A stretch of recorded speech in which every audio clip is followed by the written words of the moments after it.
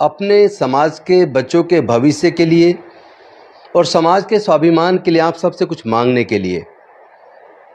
जैसा कि हम देख रहे हैं कि जब भी ये सावन का महीना आता है और कावड़ का समय आता है, तो जो लोग कावड़ लेने के लिए जाते हैं, आखिर वो जाते किस लिए हैं?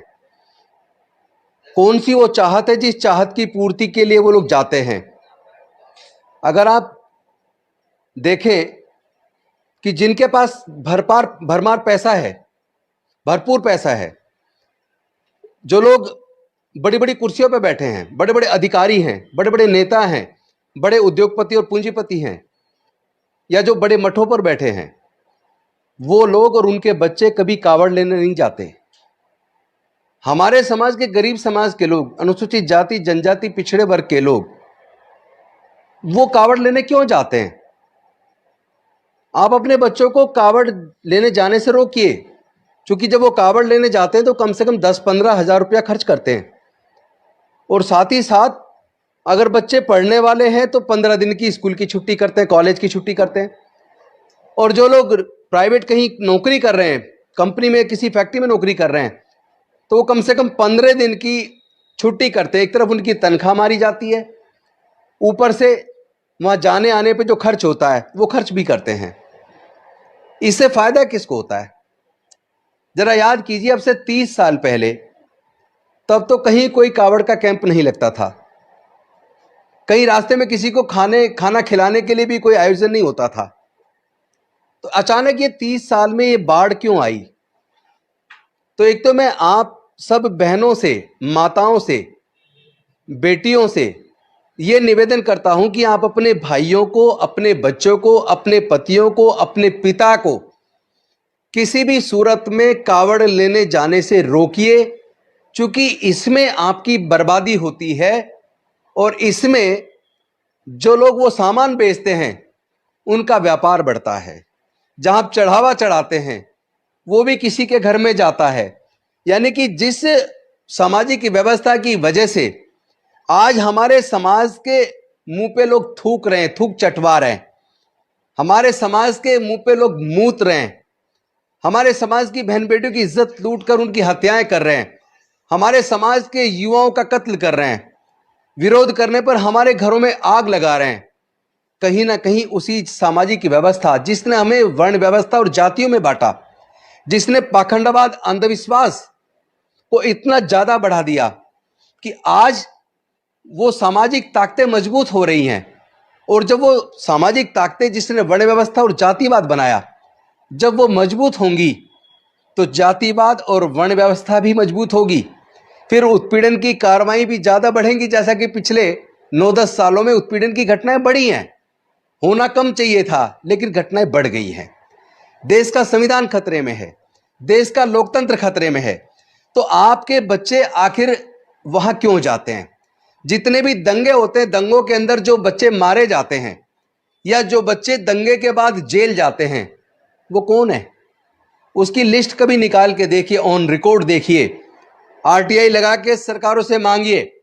आपको ये जानकर दुख होगा कि दंगों में मारे जाने वाले लोग, दंगों में जेल जाने वाले लोग, दंगों में सजा पाने वाले लोग, दंगों में बर्बाद होने वाले लोग इसी अनुसूचित जाति जनजाति और पिछड़े वर्ग के मिलेंगे। मैं पूछना चाहता हूं, जब हमारे लोगों का कत्ल होता है, बहन बेटियों की इज्जत लूट के उनकी हत्या कर दी जाती है, हमारे लोगों के घर जला दिए जाते हैं, हमारे लोगों के ऊपर पेशाब किया जाता है, हमारे लोगों को थूक चटवाया जाता है, किसी का मुंडन कर दिया जाता है, उस वक्त वो संगठन जो फिल्म के अंदर किसी डायलॉग मात्र पर किसी सिनेमा घर में आग लगा देते हैं, रोड पे आके धरने प्रदर्शन करते हैं, तो हमारे ऊपर पेशाब करने पर, हमारे युवाओं की हत्या करने पर, हमारे घरों को जलाए जाने पर वो विश्व हिंदू परिषद कहां चली जाती है? वो बजरंग दल कहां चला जाता है? वो आरएसएस कहां चली जाती है? ये सबसे बड़ी हमारी गुलामी का कारण, हमारी बदहाली का कारण सबसे बड़ा हम स्वयं हैं, क्योंकि हम उस सामाजिक व्यवस्था को मजबूत कर रहे हैं। हमारे ही तो बच्चे बजरंग दल के अंदर जाकर धार्मिक जुलूसों में तलवारें लहरा रहे हैं, हमारे ही तो बच्चे बजरंग दल को, आरएसएस को, विश्व हिंदू परिषद को मजबूत कर रहे हैं। मैं आपसे सिर्फ एक चीज मांगता हूं, एक तो अपने बच्चों को आरएसएस में, बजरंग दल में, विश्व हिंदू परिषद में जाने से रोकिए। उनको पढ़ाई के रास्ते पे डालिए, उनको सिखाइए कि पढ़ेंगे तो आगे बढ़ेंगे। और ऐसे संगठनों में जाकर सिवाय गुलामी के, सिवाय बदहाली के, सिवाय बर्बादी के कुछ होने वाला नहीं है, क्योंकि ये संगठन हमारे युवाओं का इस्तेमाल करके हमारे ही लोगों को मरवाते हैं। ये अल्पसंख्यकों को मारना, दलितों को मारना, आदिवासियों को मारना, पिछड़ों को मारना, अरे इनकी हिम्मत इतनी हो कैसे जाती है? ये सच बताऊं तो ये जो अभी मैं देख रहा था उत्तराखंड के अंदर, जो एक साधु बोल रहा है कि पूरा हिमालय हमारा देवालय है, हम यहां किसी बौद्ध को, किसी मुस्लिम को, किसी ईसाई को रहने नहीं देंगे। और जिस तरह की धमकियां खुलेआम, गर्दन काटने की धमकी ये साधु के भेष में जो लोग देते हैं, मैं कहना चाहता हूं आप इनको पहचानिए। ये निश्चित तौर पर इनकी अगर जांच की जाए, ये साधु कतई नहीं होंगे, ये जरूर अपराधी होंगे जो अपराध करने के बाद पुलिस के अरेस्ट से भागे और गेरुए कलर के कपड़े पहनकर ये साधु संतों को भी बदनाम कर रहे हैं। क्योंकि साधु संत का मतलब क्या है? संत का मतलब होता है मानव कल्याण के लिए काम करना, घर बार परिवार सब कुछ त्याग कर कैसे दुनिया में शांति कायम हो, कैसे मानवता बढ़े। तो इसलिए लोगों ने ये वस्त्र पहने और घर का त्याग किया, वो लोग साधु और संत कहलाए। लेकिन आज जिस तरह साधु संत का भेष बनाकर ये आतंकवादी, ये अपराधी, ये लगातार खुलेआम लोगों को धमकी दे रहे हैं, लोगों को मारने के, पैरेलल आर्मी बनाने की बात कर रहे हैं, कत्लेआम मचाने की बात कर रहे हैं। साधु का काम कत्लेआम मचाना नहीं है, साधु का काम नफरत फैलाना नहीं है, साधु का काम लोगों के बीच में वैमनस्य से बढ़ाना, आग लगाना नहीं है। ये बेसिकली साधु नहीं है, अपराधी है। मैं सरकार से मांग करता हूं इनकी जांच कीजिए, इनकी बैकग्राउंड चेक कीजिए। ये अपराधी मिलेंगे जरूर, कहीं ना कहीं ये अपराध करके भागे हुए लोग हैं। ऐसे लोगों को जेल में डालिए, क्योंकि ये देश को तोड़ने की साजिश कर रहे हैं, ये देश के अंदर नफरत फैला रहे हैं। हो सकता है किसी पार्टी विशेष को इससे फायदा हो जाए, छोटा मोटा फायदा, लेकिन याद रहे जब देश टूटेगा तो पूरे देश को बर्बादी होगी, पूरे देश का नुकसान होगा, क्योंकि ये देश तोड़ने की कार्रवाई है। जब लोग घर जलते हैं ना, तो वो पड़ोसी के घर को भी अपने आगोश में ले लेते हैं, वो फिर किसी की जाति और धर्म नहीं देखती आग। तो इस आग को जलने से रोकिए। सरकारें अगर ऐसे लोगों को बढ़ावा देंगी तो मैं आपको बता देना चाहता हूं, ऐसी सरकारों को भी हम निस्ते नाबूद करेंगे। हम छोड़ने वाले नहीं हैं, हम सच्चे देशभक्त हैं, हम अपने देश से प्यार करते हैं, अपने देश के संविधान को भी बचाएंगे, देश के लोकतंत्र को भी बचाएंगे और अपने देश में से इस नफरत के वातावरण को खत्म करके शांति और मानवता का पाठ जो तथागत बुद्ध ने दिया था, उस पाठ को पूरी दुनिया को हम लोग पढ़ाएंगे।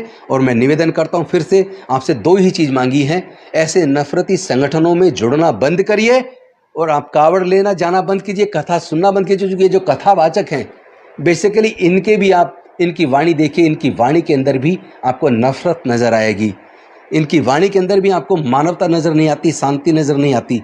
इसके अंदर जो नजर आता है ऐसा लगता है जैसे किसी पार्टी विशेष के कार्यकर्ता और प्रवक्ता हों। तो ऐसे प्रवक्ताओं को सुनना बंद कीजिए और ऐसे मीडिया चैनलों को भी देखना बंद कीजिए जो बीजेपी के प्रवक्ता के तौर पर अपने चैनल पर डिबेट कराते हैं तो केवल नफरत बढ़ाने के लिए। बस इतनी दो मांगे मैंने आपसे की हैं। इन्हीं मांगों के साथ मैं उम्मीद करता हूं आप मेरे दिल की पीड़ा को समझेंगे और मेरी इस मांग को स्वीकार करेंगे और अपने बच्चों को ऐसे संगठनों में जाने से और ऐसे दंगों में अपने बच्चों का इस्तेमाल होने देने से और ये कावड़ वगैरह में, कथाओं में अपने बच्चों को जाने से रोकेंगे। मैं ऐसी आपसे उम्मीद करता हूँ। बहुत बहुत धन्यवाद। नमो बुद्धाय। जय भीम, जय भारत, जोहार।